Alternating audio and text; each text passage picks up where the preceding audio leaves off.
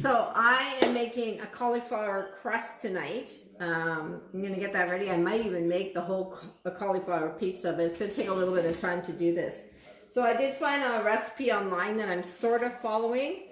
I've got my oven cooking or baking at 375, okay? I took a head of cauliflower and I put it into my steamer and I cooked it for 5 minutes, and I actually put on SPG, salt, pepper, garlic on my cauliflower. So now instead of putting it in a food processor, hi Carrie, and processing it down, I'm just going to take this is our meat separator from Epicure, best tool ever. So I'm going to make cauliflower rice this way. I don't have to dirty dishes, and who likes that? So I'm just going to really pound this through. And so what I need in here, once I get all this stuff into smaller pieces, and so when you're cooking your cauliflower here, guys, you don't have to add water in your steamer, and that's why it stays drier. So you put it in the microwave and you just cook it up for 5 minutes, 7 minutes, depending on how tender you want your cauliflower. A couple of things about a cauliflower. Hi Carolyn, you're back on again. So part of your cauliflower, when you bake them or cook them, steam them in the, what are we doing? Cooking, steaming, frying, whatever. In your steamer, how many of you have mac and cheese at home? Have you ever tried mac and cheese from Epicure? It's the best in the marketplace, and it's clean, it's delicious. It's kid approved in many, many families. So if you're a family that loves mac and cheese, give me some lovin', or hashtag love mac and cheese. And so you can actually add a pack of mac and cheese to your cooked cauliflower, and you have actually cheese cauliflower. It's super easy to do. And a lot of times I don't even put in any of the extra milk in because it's just divinely awesome. So I'm just keep pounding this till I get it to the size of small pieces that I want. This is a really cool tool. Okay, so the recipe is going to call for 1 egg.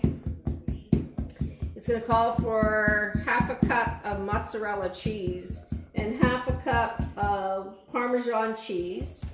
We can put a little bit of salt in here and a little bit of black pepper.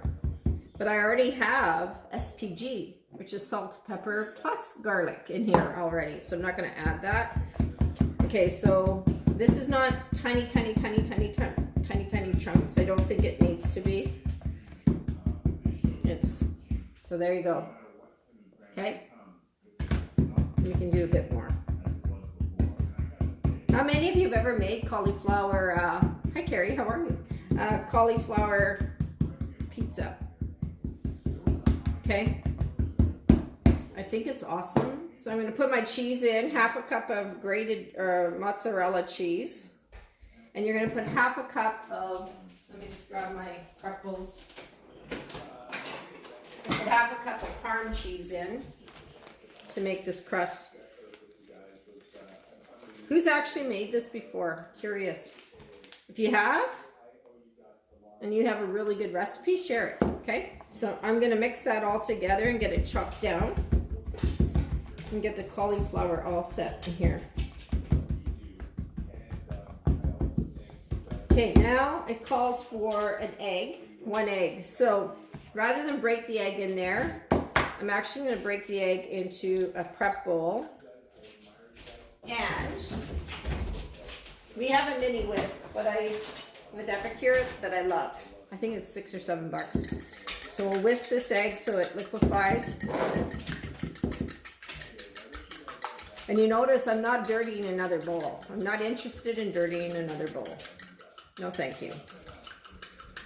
So whip your eggs. Also set that to the side. Pour it in. Okay, and now you're going to incorporate it all together. Make sure you get everything. See how I'm doing that? Okay. Keep smashing. It smells really good. You know what I'm going to do though? I like lots of garlic. So I'm going to check if I have garlic aioli. I'm going to put garlic aioli in there. Pepper.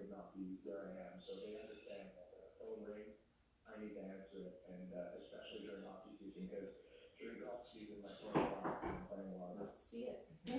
Okay, I'm gonna put some garlic aioli in here, which we love. Okay. So if you have garlic aioli, put some of that in. Okay, so now I'm going to use my cookie sheet, my quarter sheet pan. That's what I just snorted. Oh my god, sorry. And we're going to press the cauliflower into the sheet pan. Okay, and this is why silicone is going to work so well, which I love. Okay, I've done this once before in my life, so this is a brand new recipe. I've never really done this before, so you guys are experimenting alongside with me tonight, and that's what good cooking is all about, is experimenting. So, we're going to lay that as evenly as possible, and then I'm going to show you a tip. You're going to love this tip. Okay, now you have to kind of like press this down, right? So that it's all even. So what you're going to do is you're going to take the other mat. Ooh, that's really greasy. Hubby didn't clean that one very well. I'll blame it on him. So that you take your mat, put it down, and now press. So it keeps your hands clean, but it's the same shape as the rest. So now you're just going to press this down so that your crust is even. And I'm just pushing, and I'll pull it up in a second. Now, isn't that a brilliant tip? Tell me not, that this is not a brilliant tip. Okay, let's see what it looks like. Woo, look at that. So there's a pizza crust, and there's a couple of areas that are a bit off, like this is a little thinner. So I'm just gonna pull what's on the side over, and I'm gonna put this back on again, and I'll press it down. Ooh, this is gonna be good. So now, this has to go in the oven and bake. Okay, and then once it's baked, you can actually freeze it and get ready for pizza night, or you can actually just start topping, put all your toppings on, and make your pizza with this. So, I'm going to make pizza with this, and I might come back live. Do you guys want me to come back live and show you when I assemble it all? But there you go. Ah, look at that. There you go. There's your cauliflower pizza crust. So it's going to go in the oven and bake. How long do I have to bake it for? I need to bake for 20 minutes. Bake crust first for about 20 minutes. That's what I'm going to do. So I'll see you in about half an hour then. Bye guys.